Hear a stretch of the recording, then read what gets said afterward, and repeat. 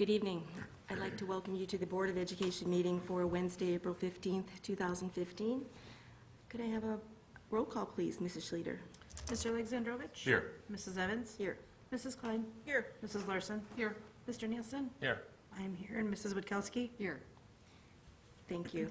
Has the meeting been properly posted, Dr. Pats? Yes, it has. Thanks. Please rise and join us for the Pledge of Allegiance. Pledge allegiance to the flag of the United States of America and to the republic for which it stands, one nation, under God, indivisible, with liberty and justice for all. Item 3 on the agenda is community comment. Per board policy, we allow up to 15 minutes of resident comment. Would anyone like to make a comment? Hearing none. There's one. You would? Okay. Please come up to the microphone and state your name and address for the record. Thank you. Yeah, if you'd like. Chris Iwinski, I'm at 9061 South Courtgrass Circle. Okay. Well, I understand that there will be a report this evening on the high school grading system, and I'd also be interested to know when there might be a report on the lower grade levels. Specifically, I'd like to know if and how any feedback has been gathered, and if not, will it be gathered specifically from the teachers and perhaps even the parents? I think anytime that you implement big changes in any type of an organization, it's critical to obtain feedback as you go along the implementation process, and especially directly from those who are utilizing the system. I think our teachers and the parents are in the trenches with our kids, and getting their feedback is just critical. I think it should be perhaps anonymous feedback from the teachers to encourage openness. I think as an employee of an organization, everybody wants to be very positive and encouraging, and perhaps might not be very willing to perhaps express some criticisms, and I think there is probably some criticism that you might expose if it's anonymous. As an employee of a corporation, we get anonymous feedback, give anonymous feedback all the time, and I think it's very helpful to the leaders to help tweak whatever changes that they might need. I think some of you have heard numerous anecdotes about the grading system, the standards-based grading system at the grade school level and perhaps at the middle school level. And it strikes me that there are some issues maybe with implementation. I'm not sure. It just seems like not everybody is on the same page. So I think, and I'm grateful that the implementation at the high school has been postponed. At least that's my understanding. I'm grateful that that's been postponed so that hopefully we can work out whatever bugs there might be in the standard-based grading system at the grade school and middle school level before it moves on to that very critical time at the high school. So again, if we're committed to standards-based grading, I think a lot of the confusion needs to be cleared up. And again, I'm very interested to know how the feedback is going to be gathered, how it will be reported to you, and will you be seeking it directly from the teachers and parents? Thank you. Thank you for your comments. Are there any other comments? Thank you. Hearing none, we'll move on to item 4, approval of the agenda. Do I hear a motion to approve the agenda? I'll make the motion. Motion by Mr. Nielsen. Is there a second? Second. Second by Mrs. Witkowski. Any discussion? All those in favor say aye. Aye. Aye. Opposed? Abstention? Motion carries. Item 5, school board announcements. I first just like to thank Mrs. Amy Schlueter for her 3 years of service on the board. She's been a dedicated school board member, and I'd like to congratulate Mr. Jeff Lewis on being elected to the board. Are there any other announcements? The Education Foundation will be doing their a fundraiser. The consignment sale is happening this Saturday, and it's at It's at Robinwood School. It had been at the library before. It's been moved. And if you're interested in anything in children's, line of children's clothing or toys, if you have grandkids or anything, hop on over and look at the deals. Thank you. And I'd like to mention to the board that on May 7th, we'll have our annual recognition celebration for our retirees and our 25-year employees of the district, and that will be, again, held at Tuckaway Country Club at 5:30 p.m. So please mark your calendars for May 7th. Thank you. Anything else? All right, thank you. And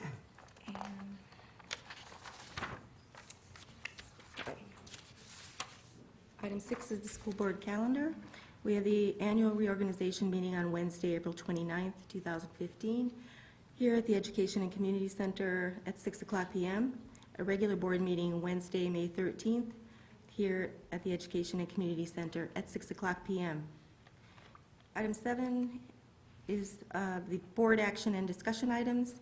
7A, the Ireland band trip, 2016. That is an action item. And Dr. Dessert, Mike's going to. Mr. Nowak. join us.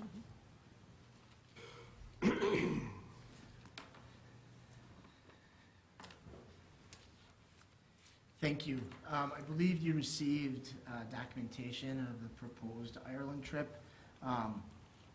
Yeah, we also at the last meeting had our world language groups here. The reason that this one came when it did is that this is the first international proposal from the music department. They didn't realize the process that was in place. So with that in mind, they've proposed the trip that you've seen to Ireland. It's a pretty interesting trip. There's rationale for them choosing Ireland, as TJ Hall has a pretty great deal of experience with Irish music, and having traveled there, they're excited for this to be the first location that they go. It's part of a big picture for them in terms of creating an every other year trip that would include an international trip and then a domestic trip. And then in the off years, it would include upper level travel by the jazz and wind ensembles. So kind of rounding out the potential for a 4-year experience for our kids. In discussion with her, we talked a bit about the potential overlap of kids who are going on world language trips as well. They don't believe that that's going to be a substantial number of kids, but we're excited just the fact that it offers the kids in our music program a really unique opportunity. Do we have Any any questions? And the reason none of our music people are here tonight is they're at mandatory rehearsal for the upcoming play. It's crunch time. It looks like you'll need a lot of chaperones for this trip. Will the extra chaperones be from UMPS or from all teachers? It'll be staff members, district employees. They note a number of 75 as potential. And speaking with Allie today, she wasn't certain that they would get that many, although she would like to have that many. If it's at that 70-ish number, we're looking at the 3 music teachers and then an additional 3 that would be included.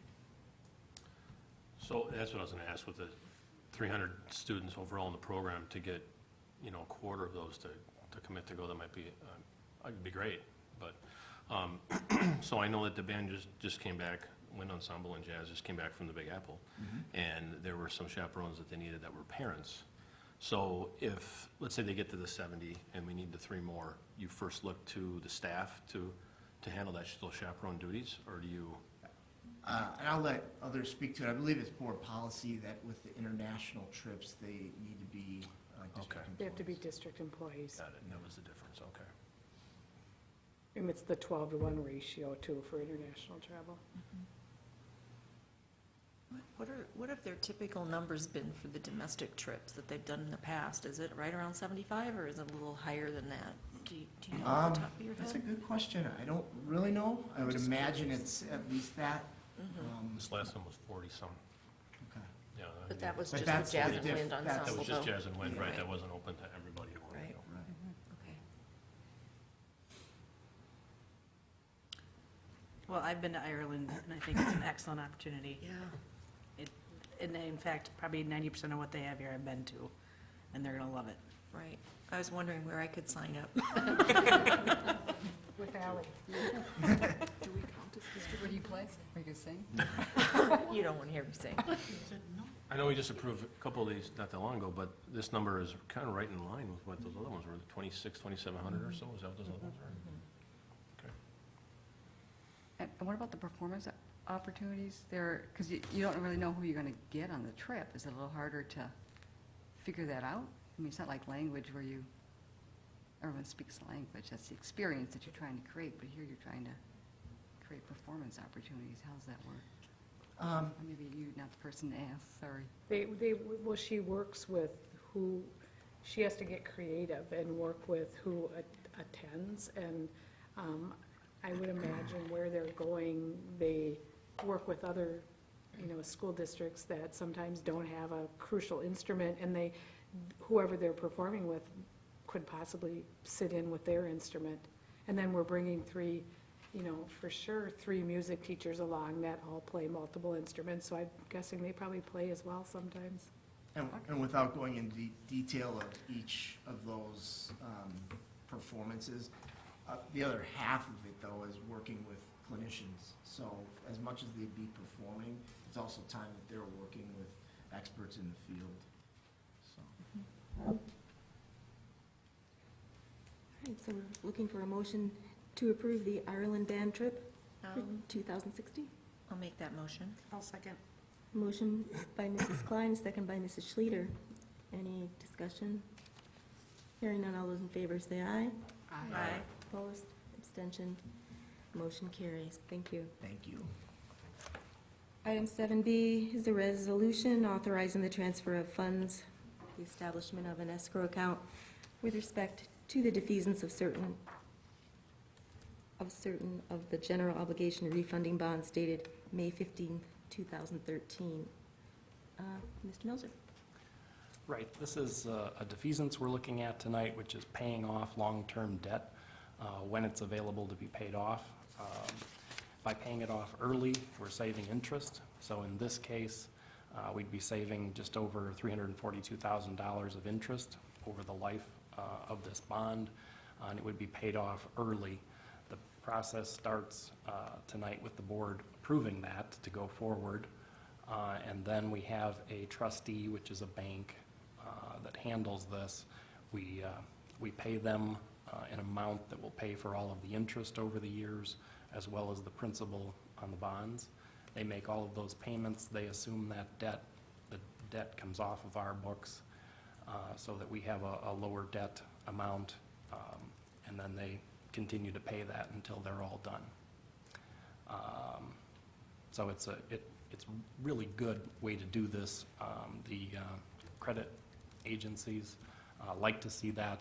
They like to see a district really working on reducing their debt, and it gives us an opportunity to do that as well as save the taxpayers money.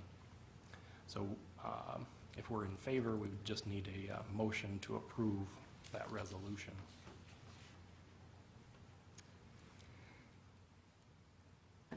I just have one, I know you answered many of my questions, Jim. I was just wondering, I mean, it's pretty unusual that we would have this kind of money to pay it off early.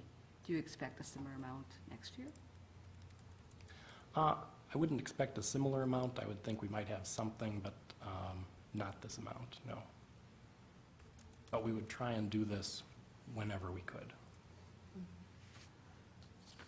And it's really not that these are callable, it's just that we're doing it in a little unconventional way in that usually you can wait till the call date. Some bonds have call dates built in Ours did not, or It has a very late built-in, in, it very has a late in built-in the. call date, it'd be callable in 2021 instead of waiting till 33 or something like that.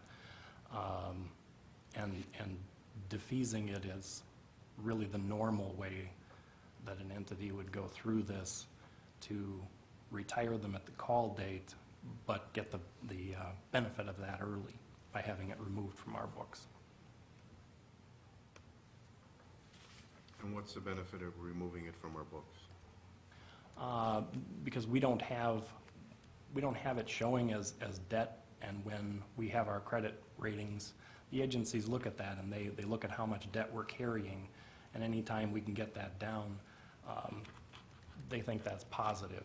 Even if our debt isn't really low, because we've just taken on a fair amount of debt, showing that we're working to pay that off really gets us points in their eyes for our rating time.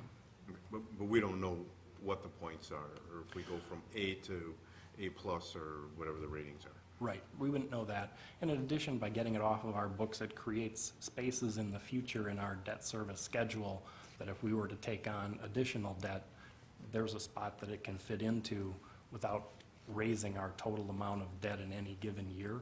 So it makes it easier for tax purposes as well. Okay. We did this in 2013. 2008 for sure. We've done it a handful of times. I don't remember all the dates. So I'm looking for a motion to approve the resolution authorizing the transfer of funds, the establishment of an escrow account with respect to and the defeasance of certain of the general obligation refunding bonds dated May 15, 2013. I would make that motion. Motion by Mrs. Larson, is there a second? Second. Second by Mr. Nielsen. Any discussion? Hearing none, can I have a roll call, please? Mr. Alexandrovich? Yes. Mrs. Evans? Aye. Mrs. Klein? Aye. Mrs. Larson? Aye. Mrs. Witkowski? Aye. Mr. Nielsen? Aye. And I say yes. Motion carries 7-0. Thank you. Thank you. And next item is 7C, the NSBA conference recap discussion by Mrs. Witkowski. Yes. I was at the National Convention, which was, when was that? It was, back in March. It was the 75th anniversary of the National Convention, and I'd like to share a few things with you. I know you all think I'm about numbers, but I wanted to share a little word thing I put together, which takes the convention has lots of opportunities for learning. This is the book that you get. You pick 175 different sessions. So I took the names of all the sessions, threw them into a program that then spits out all the words that are used, and based on the size of the word, you can kind of get a feel for what kind of topics are covered at the convention. So you can see education, learning, students, and the board. Technology is pretty big. Building is also in there, curriculum engagement. These are all the things that were discussed. I also was going to share with you the sessions that I did attend. I'm not going to talk about all of them, but again, I'll give you some of the idea of what my experience was. Some of the more interesting ones, and some that might relate to what we're doing here. There was one session that kind of looked at some of the emerging trends that we see out there, and one of the things that was brought out was that you see a lot of businesses kind of pushing the standards, and it's not really students or teachers. As we can see, teachers don't seem to be on board with the change in grading, so the change is not coming from our students or teachers, it's coming from more business. And I think his point was that maybe public education needs to take control of that, and maybe some of those changes should be directed from ourselves. He also talked about some of the impact of technology on public education. He made the note that right now there's software programs out there that can actually write papers, so students that really need to know how to write papers, you can put it in a program, they'll write the paper for you. There's also a program called PhotoMath. I don't know if you've heard of that, but it'll solve math programs for you. And it'll even show you how they're solved, and it'll do it according to the standards. So there's a lot of technology issues that we need to kind of think about when we're in the public education setting. He made a good point about students should not necessarily worry about their digital footprint, but they should worry about their digital tattoo. Thought that was an interesting That's a good analogy. point to make. He also said the technology is also driving some of our delivery systems and how we deliver education. I don't know if you heard of gamification. Has that word been? Which is gamification, which gamification?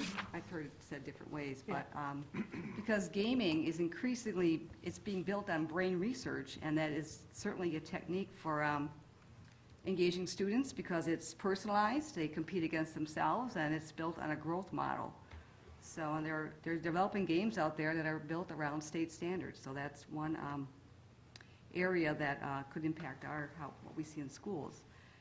He also made a point about it seems that sometimes the purpose of school is school. You see kids, they get out of high school, then they get into college, and then they somewhere along the line, they just might fall off the educational ladder. And you kind of see that with students dropping out of college, and I think we're all aware of that. That needs to be a focus, that, we need to have kids complete college, not just get into college. Particularly with the cost of college and the debt that students come out with. We need to be aware of that. And he also, in a broader sense, education is about, not just knowledge in one discipline or the application of knowledge within one discipline. It's application across disciplines, and it's not about real-world predictable situations, but application to real-world unpredictable situations. That's what our kids how they need to perform. He also mentioned PISA testing. I don't know if you have heard of that.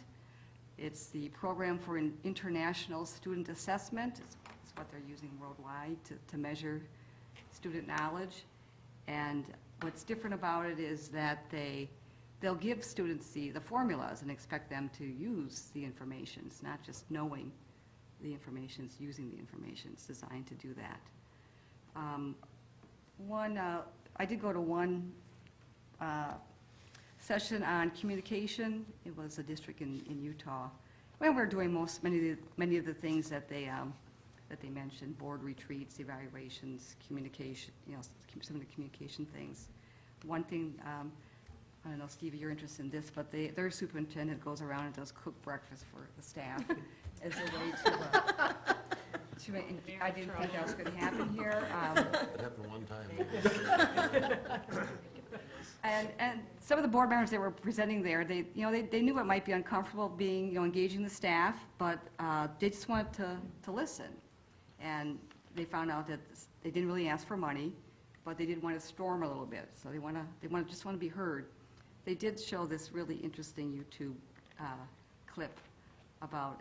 It's called "It Is Not About the Nail." I don't know if you've seen this one, but it's a couple that's talking. It's not really long. You can find it by just Googling it, but the couple is talking, and she's sitting there with a nail right in her head. Did you see that one? Yes. And the husband's trying to understand her problem. She's going, well, I have this pain, and it's just bothering me. And he goes, well, you have that nail. And she goes, there you go again. You try to fix it. You just don't, want to listen to me. And he's just sitting there looking at her, and he's all focused on the nail, and she just wants to be heard. So I think that's one of the points of the communication is that, we can have some stormy sessions here, but it's really about listening and the relationship that we need to build. One other topic that's, we hear everywhere is the maker movement. We got that going on in our high school right now. And the theme there was an educated person. It's now about what you're able to do, not just what you know, but what you're able to do. And this particular school, they started with the kids, kindergarten up through the high school, making things. And one thing that I thought was might be relevant is that in the high school level, they took their library and they made it into a learning commons. In fact, it was one of the Magna Award winners. I think everybody gets this magazine, and the article is in there where they highlight what they did at their library. And what they do is they create a music lab where kids can record their own music. They brought in the sewing machines so kids can go and, if kids want to do that. They had a Genius Bar, which I think is where they gave tech support. And then, of course, they had the hackerspace. I think we know what that is. But they could go and they could make movies, and it's their project work. They can go in there and do their tinkering and create. That was the idea. And I know we have all this wonderful space at the high school, and maybe we can consider some of those things. There was also really other interesting session where a high school in Maryland, they transformed their teaching methods to focus more on understanding and not so much content, but what you need to know to really be a successful person.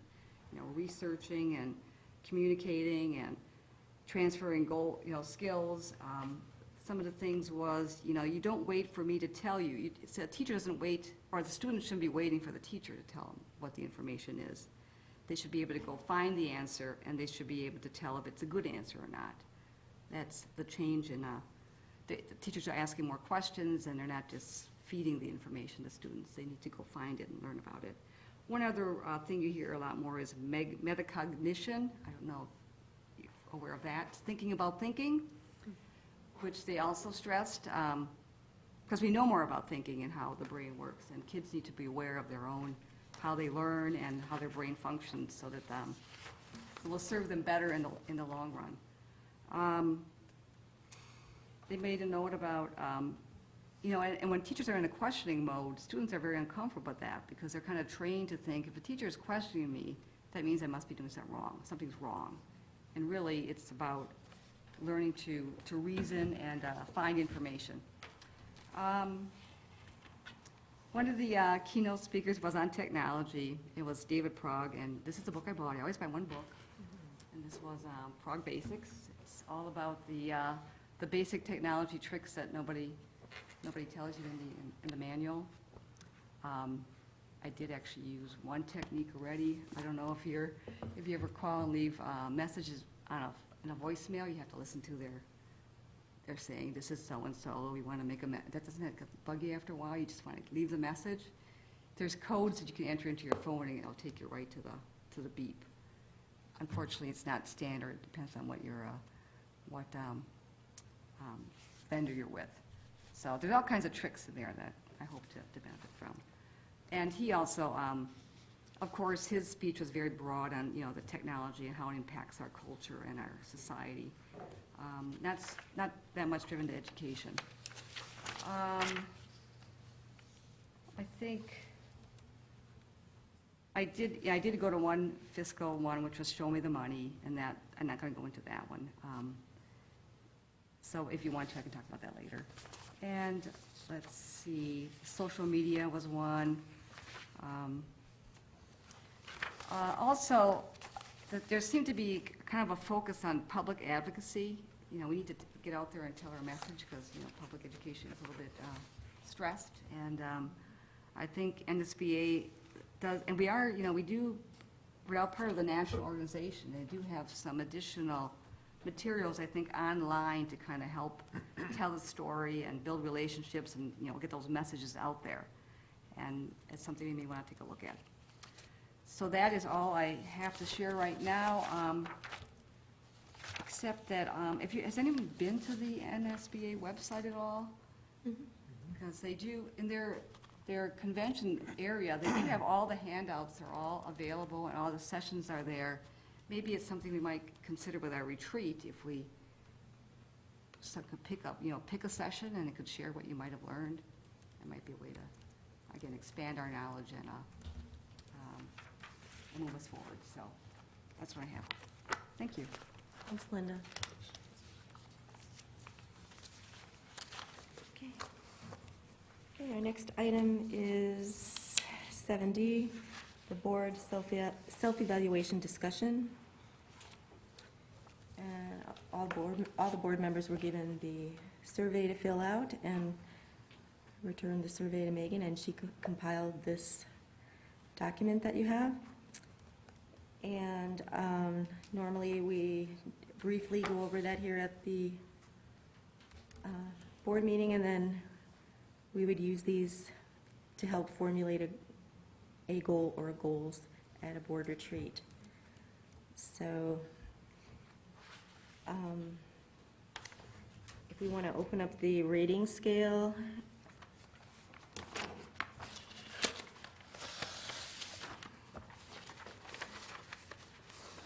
Let's see.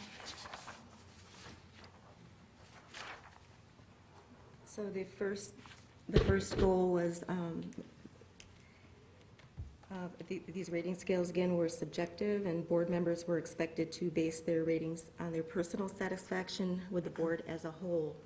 And the first rating was providing responsible district governance. So, do any board members have any comments on ensures accountability and openness to the public? I mean, do we want to go through each of these, or just Maybe as a group, not each individual. the group, Each okay, section. where we Each had section. any issues? I see under C where it respects the roles of board members and the superintendent. There are a couple that were about half the time there. Does anyone want to comment on that or not? Or plus, we had comments at the bottom. I wonder, I don't recall what I put personally. I suppose I could look it up here, but I wonder if that's a reflection on maybe a tendency at times to get too much into the details and micromanage. I think we're better at that than we used to be, but I think that's something we need to continue to be aware of moving forward. Agreed.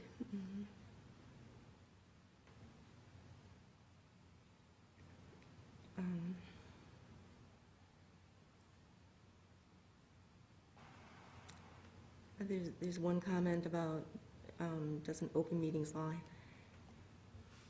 handle this? We do follow open meetings law, but I'm not sure where that question is coming from on here.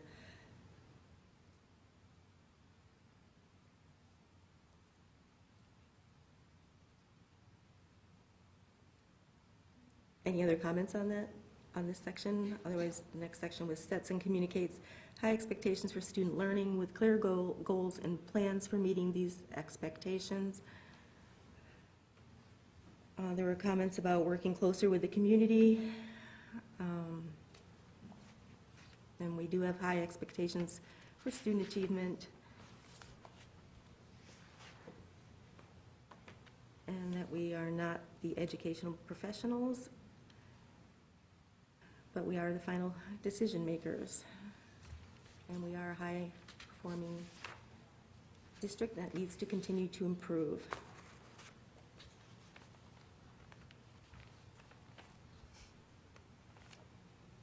Any comments?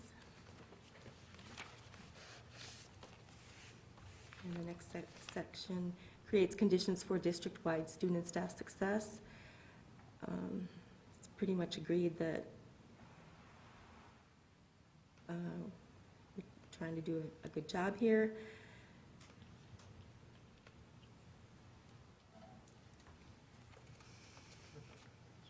Nobody wants to say anything on this right now.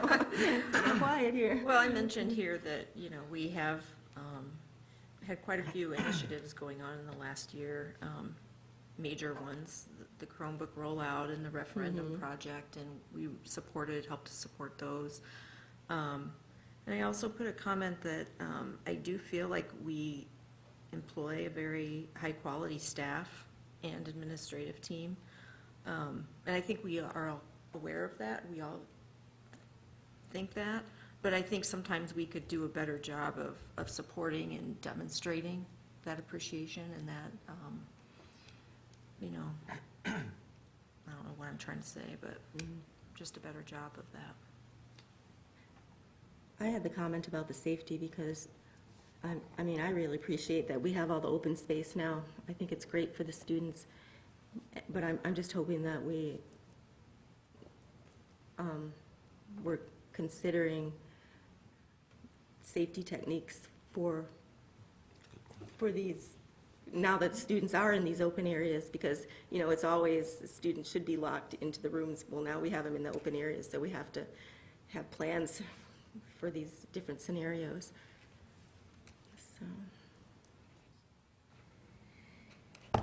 the next area was hold the district accountable for meeting student learning expectations. So we all appear to be, Oh, is there 100%, right? yeah, committed to continuous improvement, and this is hard, these are all cut off on this. Right. Yeah, I can't read all the full question. So, yeah. We're doing well on the state report card.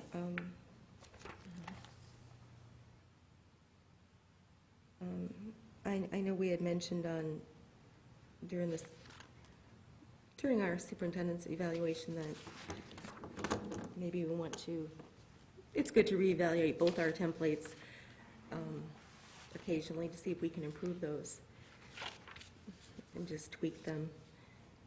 You mean the evaluation tools? The or like- tools, you know, Yeah. just keep, because times change, so. Yeah, I think it was, what, about 4 years ago when we did that last? It was, Maybe? yeah. Yeah, it's just nice to look them over, but, I mean, when we bring this to the board retreat, which we will have to talk about a date soon, you know, we can look at this further and see if a goal can come out of these when we go over it in depth.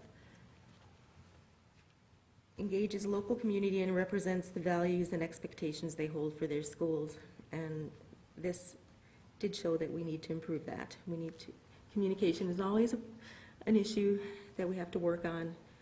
There are quite a few comments on here. Finding more creative ways for the community, for community involvement and ideas. Community engagement is challenging, and we need to focus on ways to reach our potential as a district.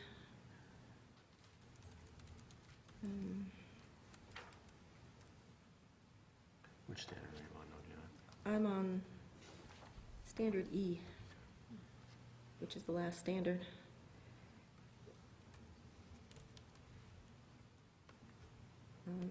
This is an area where we are improving, but it's felt that we can never do too much here. Yeah, I'm not really sure how to couch this comment, but I think sometimes you can almost use technology, leverage technology to a fault. I mean, there are sometimes when we get so behind ways to communicate that isn't face-to-face that some of that gets lost. I mean, and so that's something we want to be mindful of as we keep, like I'll just take an example, the forms and fees is something that came up. That's going to be more of an online process, less of an interactive process, and so not to open up that whole discussion now, but as far as, you know, just communication with, and that course is limited just to parents, because it's a forms and fees days, it's parents at the school, but that wouldn't really tap into the overall community, but, you know, that was something where I think sometimes it's good to take a step back and go, well, some of this stuff can be implemented, is this still the best thing we want to do as far as communicating with our community and our parents? It just appears from our evaluation that maybe one of our goals we might want to consider is a communication goal of some sort. But that's something we'll have to discuss after reevaluating. I think it kind of ties in with, you know, we've seen a lot of change in, you know, last 5 years, and do we circle back and ask, you know, how did the change go? And that's what we need, I think, to do more of. You know, look back, this is what we expected to happen, did it happen? And I think we just need to do more of that. Otherwise, we're just marching ahead, never looking back, and maybe we need to do a little more review of what we have done. Set a vision, set a plan, set a goal, but then continue to measure that goal as we move forward, and did things lay out the way and roll out the way that we had talked about. I agree. So, should we, as we have in the past, have Dr. Pats put some dates together? Do you want to have some dates put together to shoot out to the board and, maybe quite a few that we can consider? What I'll do is, like we did last time, because there's such a conflict sometimes with vacations and so on, I'll ask you first what your obligations are, and then That's the we'll set best some dates way. around that. Last few times it was weekday evenings, right? That's what we did? Yeah. That went overwhelmingly better than anything else. I would agree. Are we shooting for a particular month, before school end, after school end, or what works better for?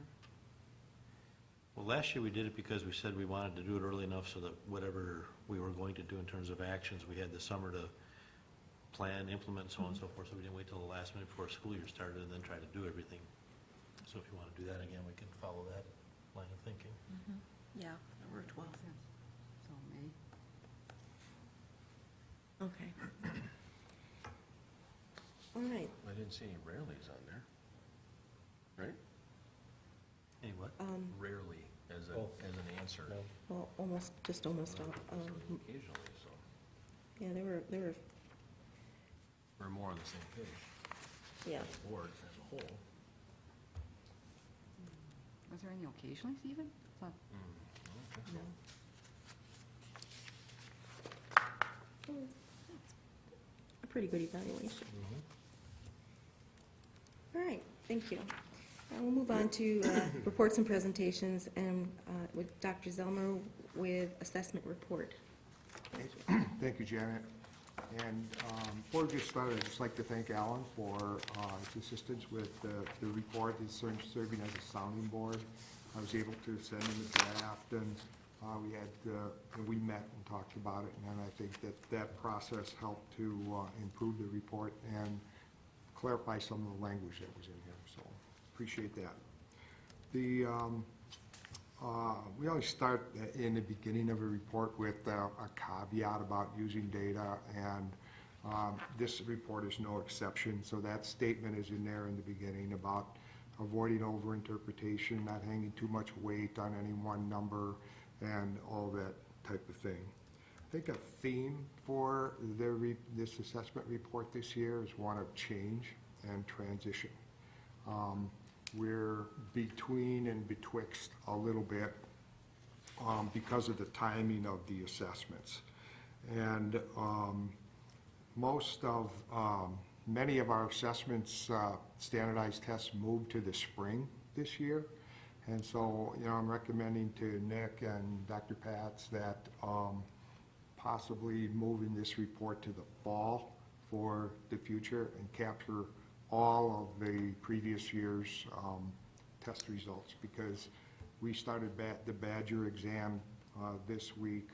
ACT Aspire is starting at the high school in 9th and 10th grade late at the end of the month, and ACT is in the spring, and so we don't have those results to put in here. It's something to think about for moving it to the fall. And on page 3 of the report, there's a series of bullet points, and the purpose of the bullet points is to give the board sound bites, if you will, or summary statements that you can refer to and use when you're talking about the district with other people. Somebody says, how are you doing on AP? Well, you're able to say that, we doubled the number of AP exams in the last 5 years and added 8% from last year to this year in the number of exams. And even though the number of exams went up, that contrary to some trends that happen sometimes, our pass rate also went up. So it's very positive. So those kinds of things are in these bullet points that can help you communicate about the district when you're out and about speaking with people. So that's what these bullet points are for. There's at the bottom of page 3, there's a reference to the report card, the district report cards. And those are in here. You saw them from last year when they came out, but we put them in here again. And it raises the comment about we may not have a report card this year. Much of it is related to the difficulties with the Badger exam, and some other things that are going on. And if you want more information about that, I'd be happy to help you with it.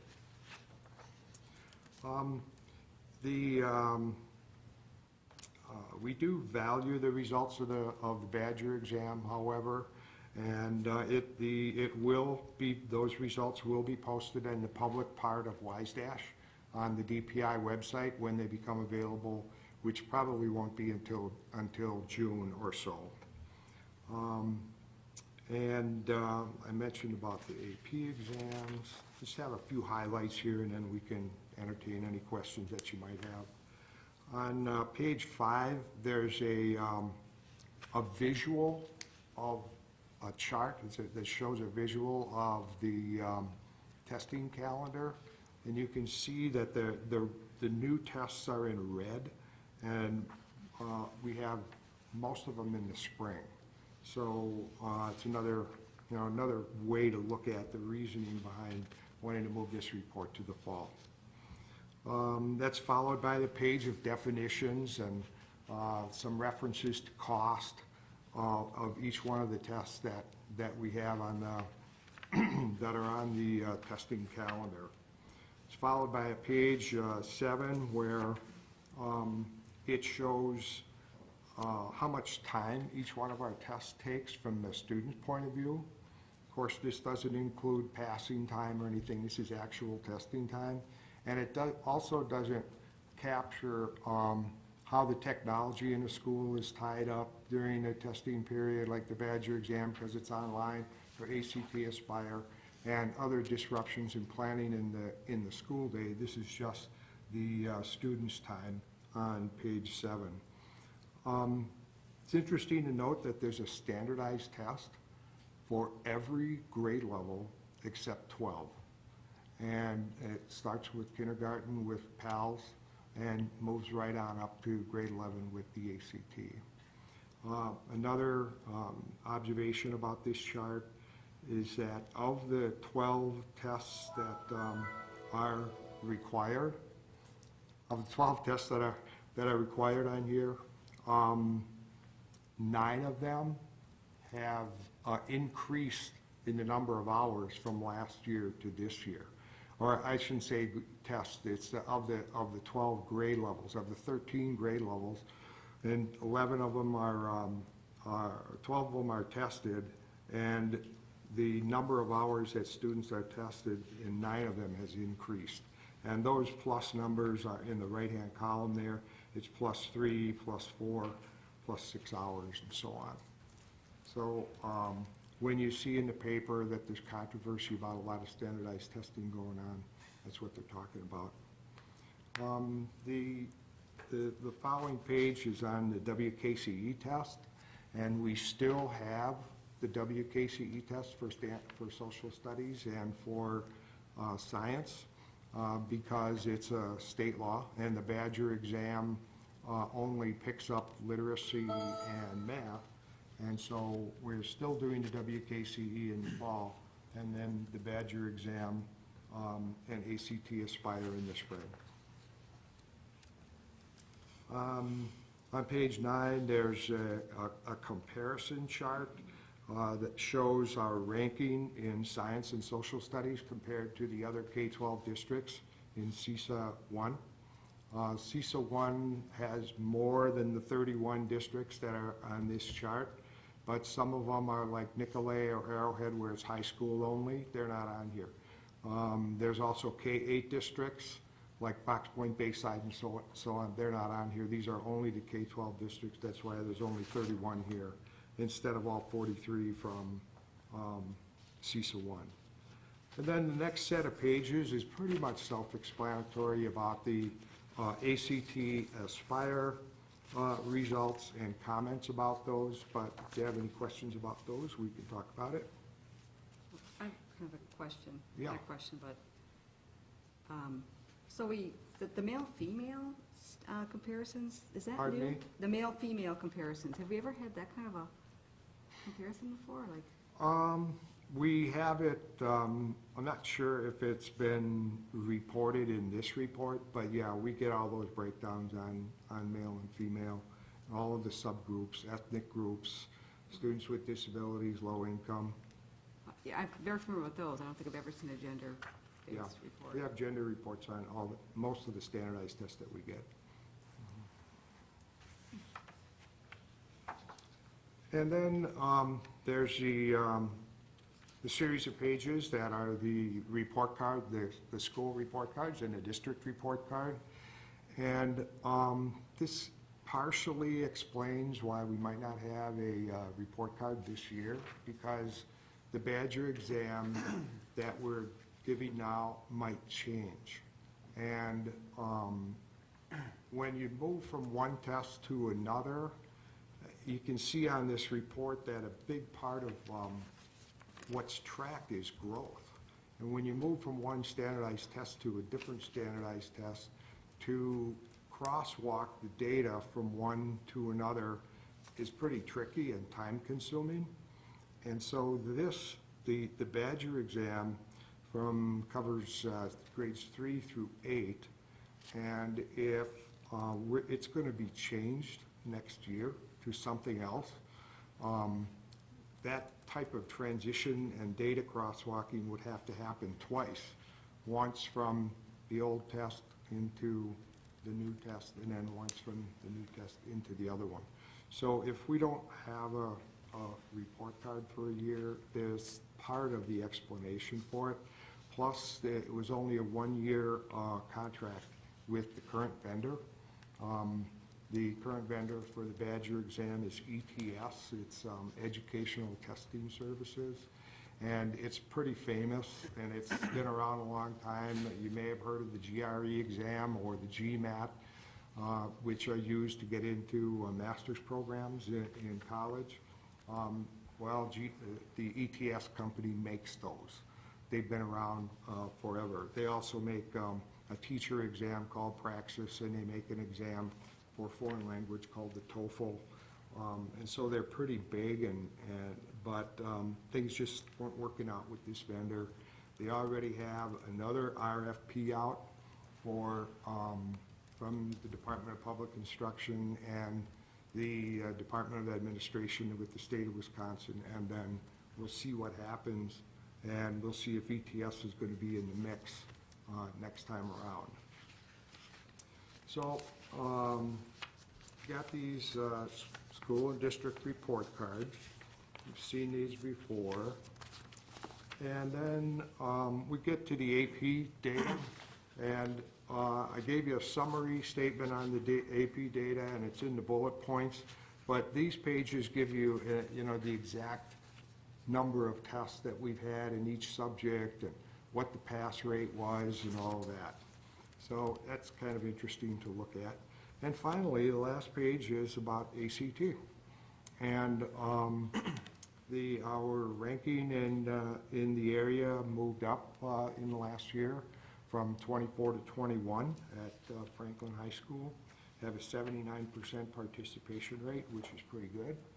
And this year, we are just now getting individual test results from this year's ACT. But I have to say that it's a completely different administration process, because now the ACT test is required by the state.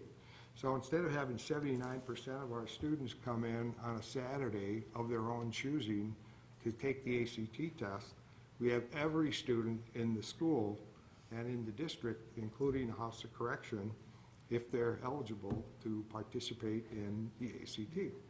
So we're anticipating that, Nick and I talked about this, but we're anticipating that most districts are going to have different looking percentages based on that expanded number of students dipping farther into the student pool.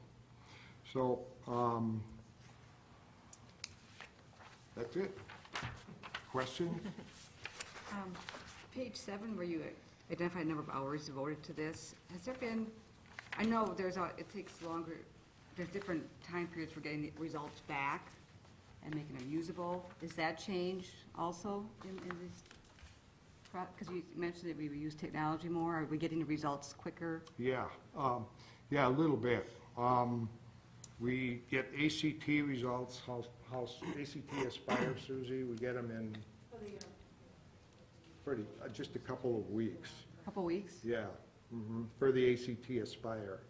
The Badger exam, we're saying it's going to be, the testing window closes May 22nd, and we'll probably be getting results in June or something like that. It'll be after school's out.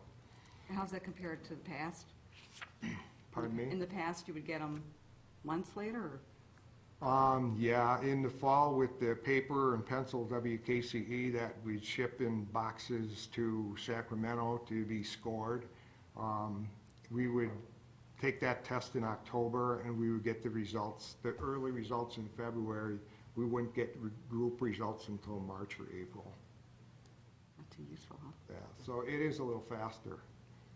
And so this ACT Aspire, why do they do it twice a year? Is that the only one that's really?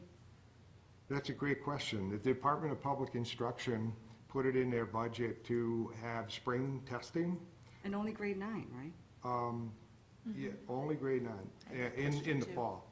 The DPI set it up to have grades 9 and 10 take the ACT Aspire in spring, in April, starting in April and running to May. And then the legislature came along and passed I don't know if there's a law, or they put it in the budget or something, and required the DPI to require all the schools to administer the fall ACT Aspire. And there was a little confusion about that for a while, because you call somebody at DPI and they say, yeah, we know this is happening, but we're not sure where it came from, but that's where it came from. So the legislature added on the fall 9th grade ACT Aspire on their own. So it wasn't a mistake, like they're gonna fix that, or? Doesn't sound like it. Sounds like it was intentional. And there, one positive is that you could use the fall to spring results to check growth, but it needs to be done internally because their reports don't reflect that. You get a separate report for the spring and a separate one for the fall, but you don't get a connection between them, at least not in this first year. Now, everybody is asking for that day may come. I have a question for you, Mike. I was actually just going to skip over the scores of females are higher than males for a minute. But going 2 bullet points down, it reads that the averages for Hispanic and Black students are significantly lower, representing an achievement gap. It is recognized that these gaps exist and that continuous examination of solutions is needed. And you said that these types of reporting was done in the past?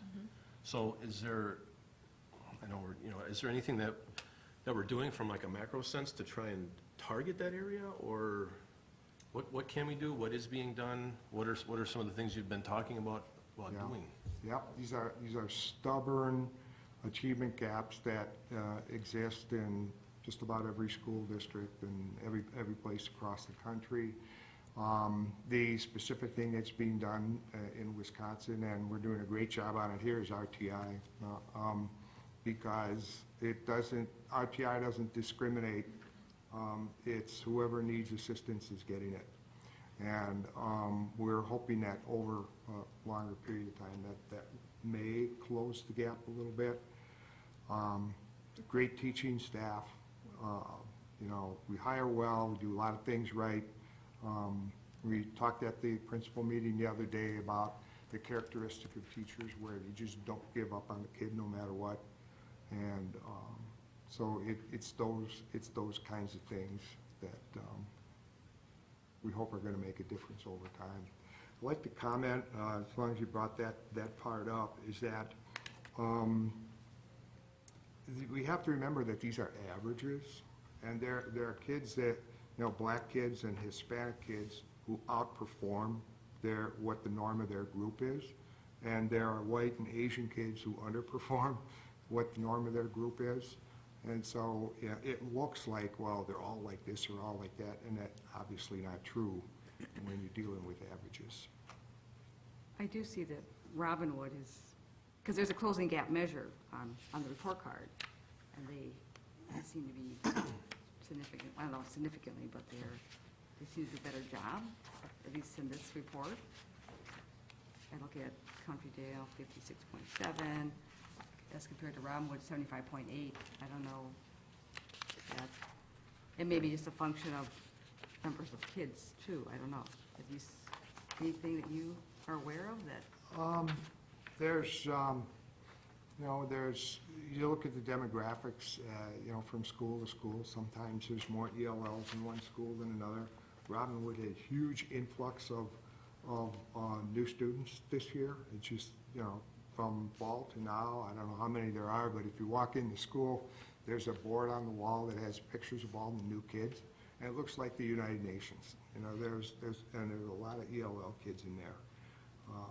So that makes a difference if your native language being spoken at home is not English. So it's, you hit on a really good question, Tim, because everybody works at this. And yet we still get these similar gap results. And the averages just aren't showing a difference yet, even though we know there are victories on individual students. It's just the gaps are still there. Same thing with low income.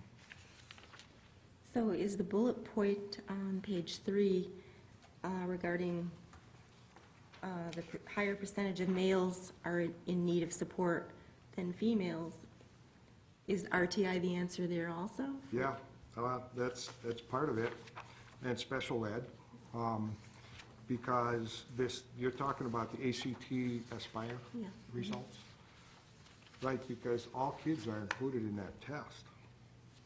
So,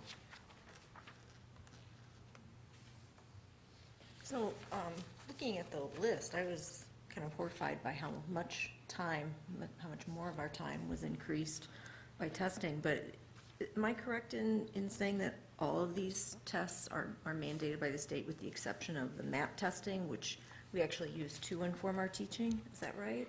yes, if we look on that chart, the chart of the tests,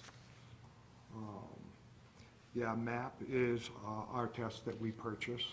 And then there's a COGAT test that we use in 3rd grade. It's only about 45 minutes or 50 minutes. And we purchase that. Okay. But the rest of them are, they're state mandated. I have a question about opt-out rates. I know that there's a little bit of a movement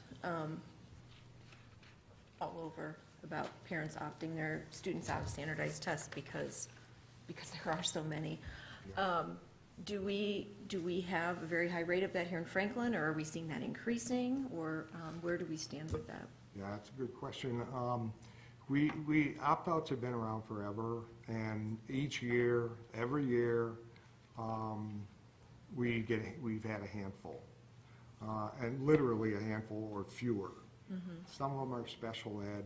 It started last year where it started to not be special ed, and somebody, a parent would write because we have to have it in writing, and usually it's just an email or a note, and a parent wrote that something about, I don't want Susan to participate because of the aggressive testing programs in schools, something like that.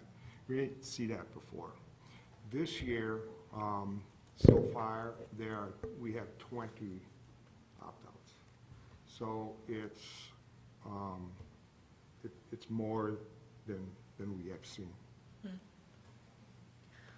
One other question, I don't know if this is only very slightly related to that, but I've heard anecdotally, I don't know if it's a rumor or not, but that the Badger exam was designed to have a 70% fail rate. Is that true, or You haven't heard that? Okay, No. all right. No, Wow. I never thought heard it was, that. Never, yeah. never heard that one. All It- right. It's a regular standardized test, except that it has a performance tasks now. And there was supposed to be a performance task in math and a performance task in English language arts.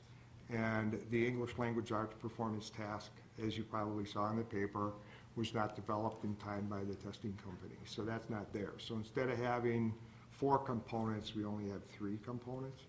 And the 2 of those components are they're just regular multiple choice questions with some technology enhancement, a few short answers. And then the performance task is, it's pretty much, it's like doing a little project. It takes 2 hours, and kids are asked to write a lot or work on an extended math problem. And it's complex enough to where the kids take 30 minutes before the test begins, either that day or the day before, to go through an activity with the classroom teacher to get ready to learn how to do this mini project or this performance task. So that's not a straightforward scoring kind of thing. And I'm only mentioning it in reference to your question because the rest of the test is normed. And, you know, a normed test doesn't really have a pass-fail. It just has ratings for how the kids fall on percentiles. So now the state may be putting in there, advanced and proficient and basic and below basic, but the test itself isn't built any way to ensure any kind of pass rate or fail rate. Thanks, Mike. The new school report card will come out in October, November? What, Because next? this one's from 13-14. Yeah, when did we get these? This summer. In the summer, I think we got them in the summer. yeah. Yeah. Bottom line to a lot of this is we're over-testing kids.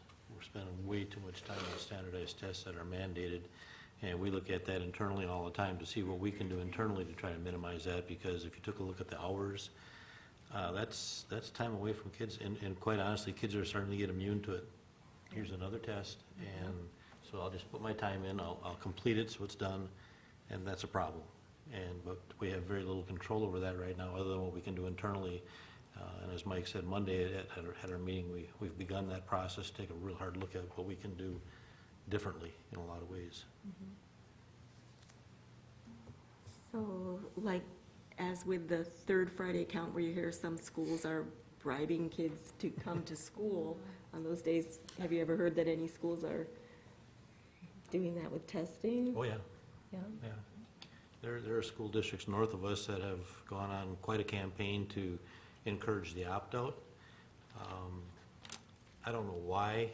I can understand there may be, instances where that might be a good thing to do under special circumstances, but it also takes away from us getting some valuable data on those kids.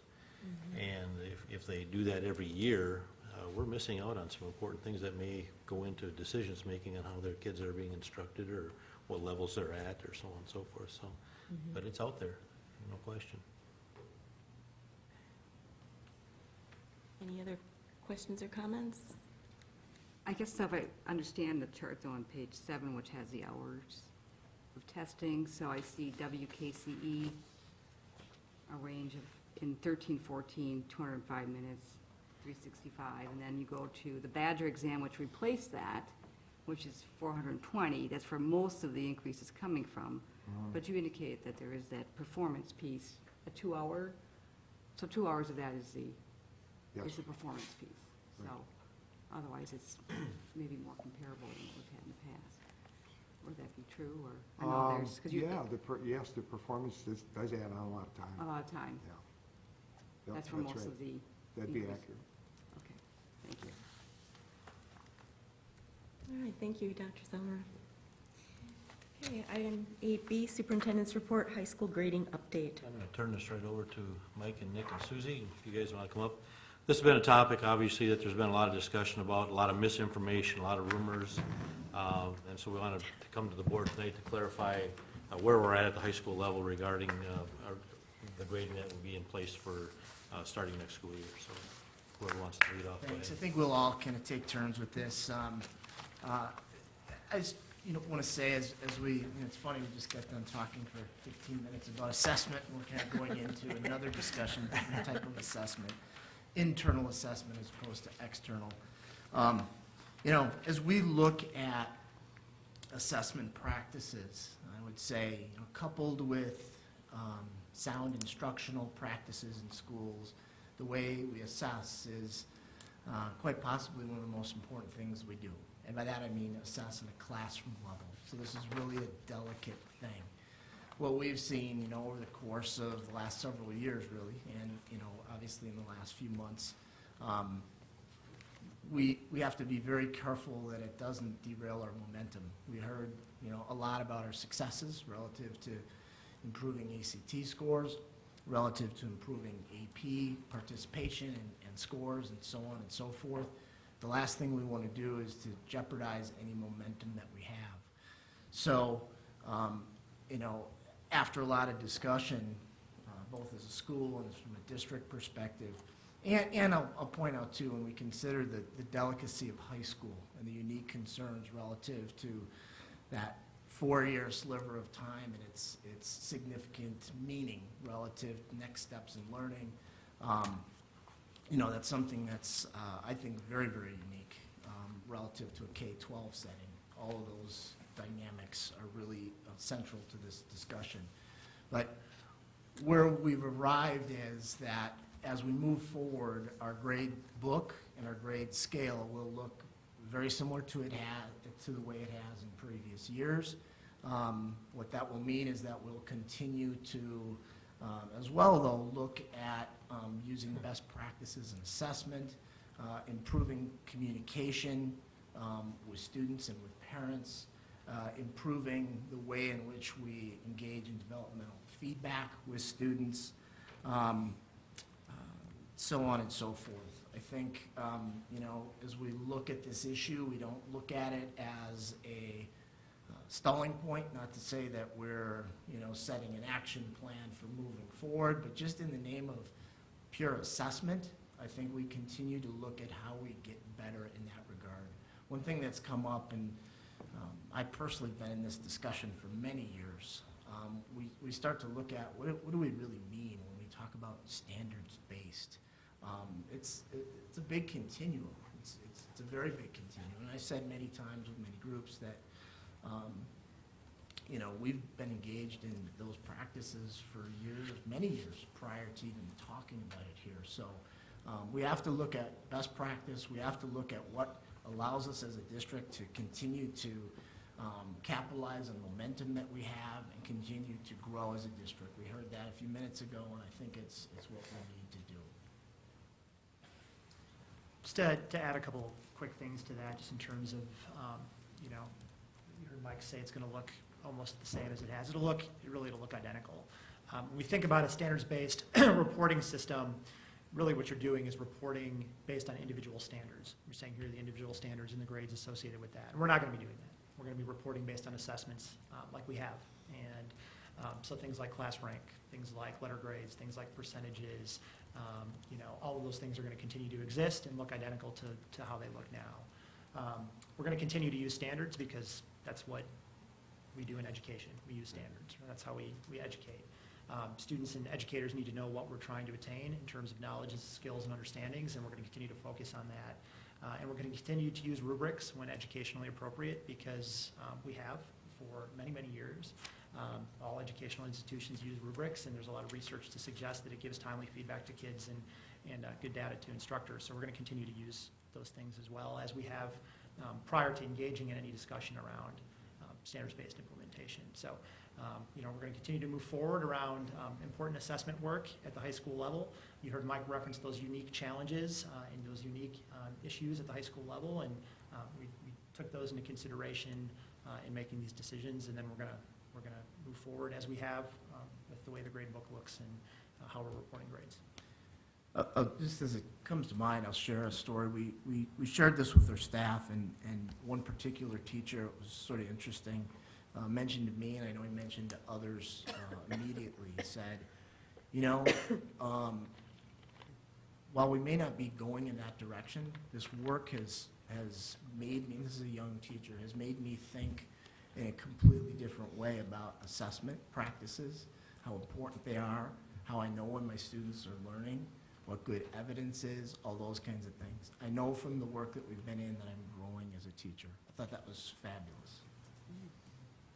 The last point I'd make is just to kind of dispel the notion that this is a postponement for a further implementation. It's not. We're not implementing. So it's not a postponement. We're not going to implement a standards-based model moving forward at the high school level. Okay. I have a question. Well- Did you ever report it all, Susie, or? These guys are the best. To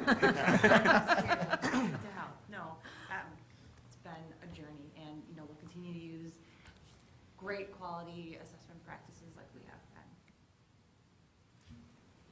I was just gonna say, it couldn't have been more appropriate with the conversation we had with the board evaluation about communication, that this whole thing is a perfect example, I think, of that. You know, taking a look at how something could get implemented, getting the feedback, communicating about it, and understanding that we didn't have to have the heels dug in, and we can take a look back and go, is this the best way to go? And, but yet still use a lot of the things in that standards-based grading system that is appropriate. Some of the conversations I've had with you too about, the kids like to know what they're gonna get tested on. They like to know what the standards are. All those things are good, so. Yeah, for us, it's really about strengthening continuity of practice from teacher to teacher, making sure we're consistent, making sure that we're really supporting each other in terms of grading practice, so that students aren't having to guess from teacher to teacher how they're being assessed. And so we're going to continue to work on that continuity and consistency building line. So I do want to say that we did listen to the community, you did listen to the community, but Dr. Miller knows the policy has to be changed and will be coming to the board, correct? Do you know when it will be coming to the board? You know, I'd like to take a closer look at that, because the way that it was written, and Mr. Nielsen worked with me on that, it really does reflect that we continue to provide grades to the students as we have in the past. But I will certainly take a look at, you know, if there's something else in the policy that would need to be changed based on this result this evening. But the policy does say at the high school level that we would continue to provide letter grades. Okay.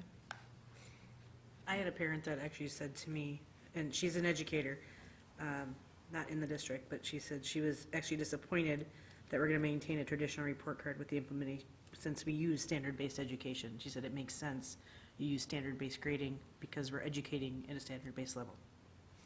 So there are people out there that did support it. Oh, yeah, lots of them. Yeah, I guess it's a momentum thing, so that would have disrupted your momentum. In what way would that? I recognize it. There is some I controversy. mean, that's just the way that I characterize it, but I think you reach a point where you're spending so much time talking about periphery factors and legitimate concerns that you're not, you lose sight of, you know, really focusing on quality assessment practices. We've said many times, like, if you could go back 3, 4, 5 years or whatever the case, and you said the only thing we're going to talk about is, you know, finding strong evidence of learning and providing quality developmental feedback, would you make as much progress? Potentially you would. So I think it's you know, it's about looking at best practice, looking at the practices that are really going to continue to move us. There are plenty of districts that aren't standards-based, that are high-performing districts. It's sort of a frame of mind, if you will, about what assessment practices you want to embrace. One of the important things throughout this whole process, and we've learned a lot too, and there's a lot of areas that we have to make improvements on, throughout society, all of us, certainly up here, and the parents in the audience would have been through that too, where grades are important. The parents want to know what their grades are. Our bigger issue is not the grade, it's the learning. We want to know that that grade means something. And I think the work that we've put in so far and the work we're going to continue to put in is going to be able to say to Johnny, if you do this, there's your A. If you don't do this, you don't get your A. And that'll be outlined in the rubrics, and it'll be based on the standards and so on and so forth. But it's nothing that we haven't been doing for years and years and years, but I think we have now been forced to be probably looking at our instructional practices, how, fairness to kids. I got probably 30 letters from students at the high school regarding this issue, all very, respectfully written and so on and so forth about their concerns, and I think we did take that into consideration because it is important to them. What's more important, however, that's hard for the transition to be is if Johnny walks out of here a 4-point student with all A's, but he gets out there and he hasn't really learned anything, that grade was dependent on frivolous things. He was to school every day, he was a nice kid, that's not grading. That's trash and that's garbage. What we need to get to as a district is 100%, where all of our teachers look at the learning process and be able to say, and so if a parent comes in and says, I want to know why my child got an A or a B or a 4 or a 3, that our teachers can simply say, here's the rubric, here's what was taught, here's what he or she needed to do, and they did or they didn't do it. And that's the important part. It's the learning, it's not the grade. I do have some, so these are things I hear a lot about, and there's different opinions on this. Are retakes allowed, and is extra credit allowed? Those are some of the Yeah, things so there's some people- easy answers to that question from our perspective. We are next year implementing a building-wide retake policy, so it'll be consistent from department to department, and there will be retakes allowed if students meet certain conditions, like doing extra formative work, taking advantage of other learning opportunities, those types of things. So there'll be a consistent way for that to happen. There'll be a set time frame there that has to be done within, and we're allowing one retake on the assessment. And we're not going to be allowing extra credit because for us it's about the learning, and we know that extra credit doesn't support learning. It's oftentimes not tied to something that's educational, and that's problematic for us.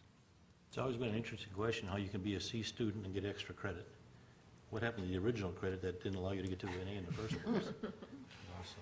But, I want to mention again that we've learned a lot to the lady's comment about the communication and the implementation, so on. We need to improve in that area, and we're going to, and that's a huge priority for us. Actually, we're starting that process on May 15th with our staff professional development day, so we're going to be doing some things and getting our ducks in a row much better too. But we like the direction we're going. I think the high school going to the process that we've always been in, really, but I think it's more of a clarity. I think there were many people who took this to an extreme level that didn't need to take it there and produce more problems than it needed to be. But I think we have to assume the responsibility for that because we could have done a better job maybe communicating, and so that'll be our priority at all levels as we go forward. Nick, one of the things you mentioned was continuity amongst all the buildings.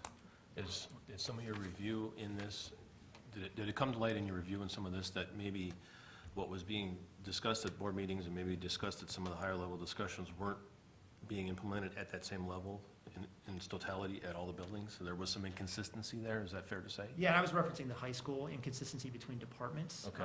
And between grade levels. So, we recognize, and I think there were some legitimate concerns raised about, teachers within departments or certain classes within the building where the grading practices weren't consistent, where there were, different rubrics being utilized, or there were different expectations around when things were being turned in, and that there were different levels of assessments given. And so we took a hard look at all of those things.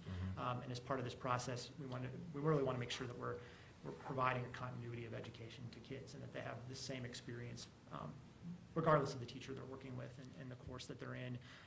As you referenced the retake policy, we want to get more consistent with building-wide policies and expectations around those things, again, so that kids aren't playing guessing games from teacher to teacher. So, I was really referencing the building and what was going on. Is part of that review going to extend to district-wide? Because, I hear where the policy isn't consistent amongst the district at the middle school and the elementary schools as well. So I think that's something that I would highly encourage you to, Yeah, I think one of our Look goals is into. to continuously evaluate, Right. and, you know, try to improve processes, so that process will never stop. You heard reference to conversations we've had recently, we're gonna continue to look at those things and talk about them. We want consistency and best practices in place for all kids, so. For the sake of improved learning and higher achievement, simply put. well, I couldn't agree more. I just, you know, if I'm, any of the feedback that I'm getting, and my children aren't in elementary or middle school anymore, so this is just through friends and associates, whatever, is that they were having a hard time deciphering the 3 and the 2 and what does the 3 mean, and you get the averages, and how does that average come out? And there was a rounding question. I mean, just stuff like that that I don't need to get in the middle of, but I think through your assessment and looking at the system, you'll be able to. And we recognize that concerns have been raised outside the realm of the high school. We understand and recognize that and acknowledge that, and we're gonna continue to look at that. And this is a high school update, but Dr. Pats, will there be a future report to us after summer? Sorry. And that, no, and that's what we need. We need a summer evaluation. Thank you. So is it the issue really how grades and kids' motivation? I guess, how are kids not more, there's something about, I mean, we all have our feelings about grades, and maybe it's related to how you did as a student, but what system would motivate kids more, I guess, to work harder? Anyone that ensures that they're learning. I think you used the term metacognition.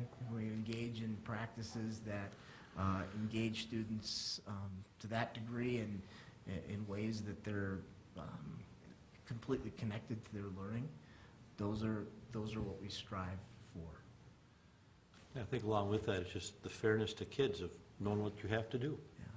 You know, you've heard us talk about being above the red line, and that means, you know, more challenging, and we want our district to be more challenging. We don't want to be the lowest district in the state, but I think in fairness to kids, they have to know what's expected and what they have to do and what learning levels they have to be at in order to reach certain grades, if you will. I think the issue of fairness always comes up also, and how people perceive that word. And from my perspective, and I've had kids that struggled and kids that did well, and for me, fairness means that kids get what they need. And that may not be the same for every kid. And I don't know if we have a common understanding of that, and that might cause some of the, I think what you're articulating is personalized learning, right? And those are the things we've talked about here before, when we presented, and talked about inroads, talked about, you know, personalization of instruction, that every student has individual needs and motivations, and they have individual aspirations and goals, and we need to nurture that in every kid. And so while being as fair and consistent as we possibly can, we need to acknowledge the individual needs of kids and help them move forward. So, but it really is about finding ways to personalize instruction for kids. But you know, we have, if we didn't, and I'm not talking about we as Franklin, I'm talking about society, public education, that's something we should have been doing for the last 100 years. You know, you don't have kids that are of the same ability level in every single class, and you need to meet kids where they're at individually, not to make an assumption that, well, all these kids are at this level, and so they'll all get the same instruction.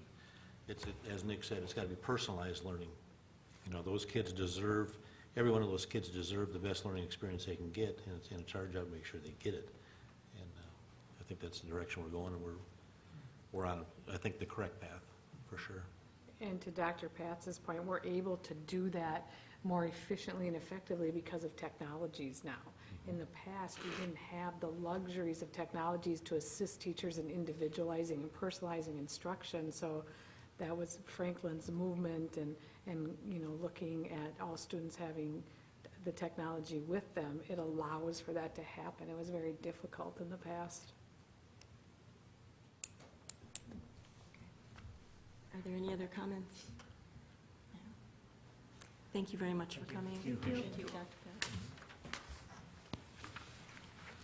Okay, item 9 is the board meeting debriefing. Are there any comments on the meeting?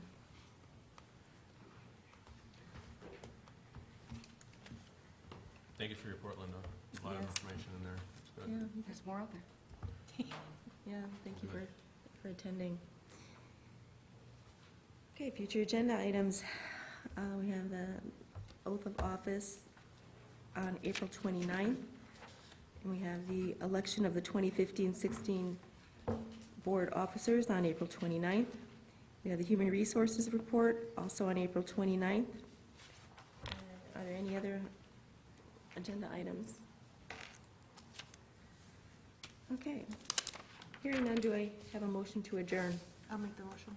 Motion by Mrs. Schleter. Is there a second? Second. Second by Mrs. Klein. All those in favor say aye.